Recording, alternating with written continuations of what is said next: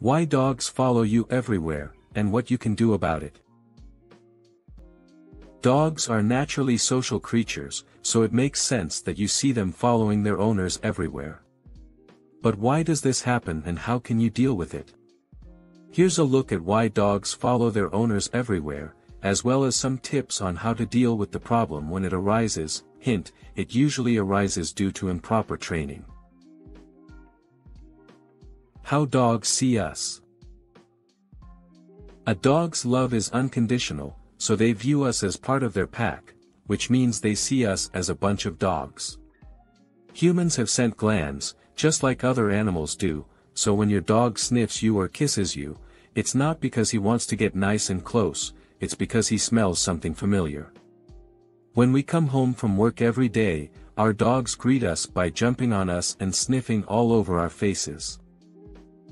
In their minds, that's how they would greet another dog after being separated for a while. So if you don't want your dog following you everywhere, try treating him more like another animal in your household instead of a furry family member. This may mean setting boundaries, ignoring bad behavior and rewarding good behavior with treats. The key here is consistency.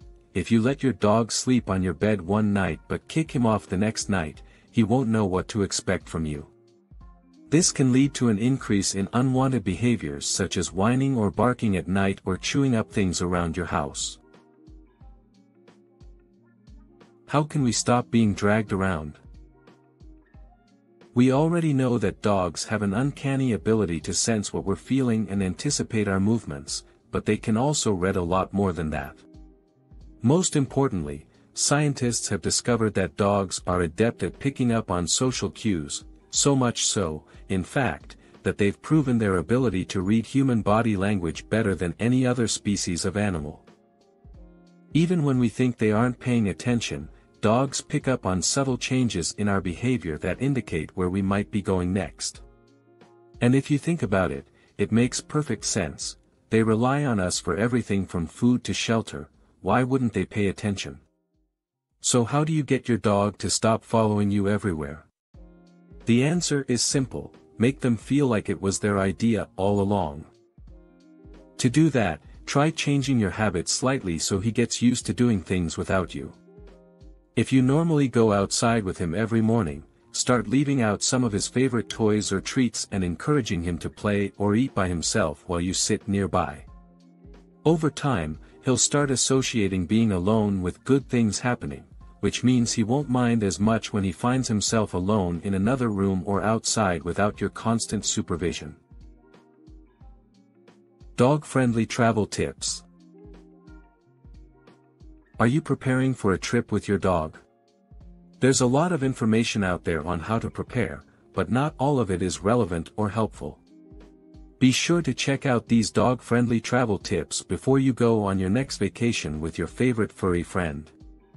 Here are some general things to keep in mind when traveling with dogs. It's important to stay up to date on current vaccine recommendations, and consult with your veterinarian about any vaccinations that may be necessary for travel. Most airlines have specific requirements about what documentation must be provided when traveling internationally with pets. Some countries require proof of vaccination against rabies, while others may require a health certificate. If you're driving to your destination, remember that many hotels do not allow pets unless they are service animals, so if you want to bring your pet along for an overnight stay, book accommodations ahead of time where pets are allowed. When packing for your dogs, make sure to include identification tags listing their name and contact info. And don't forget their leash. House training tips. When you first bring your puppy home, housebreaking them can feel like an endless, frustrating process.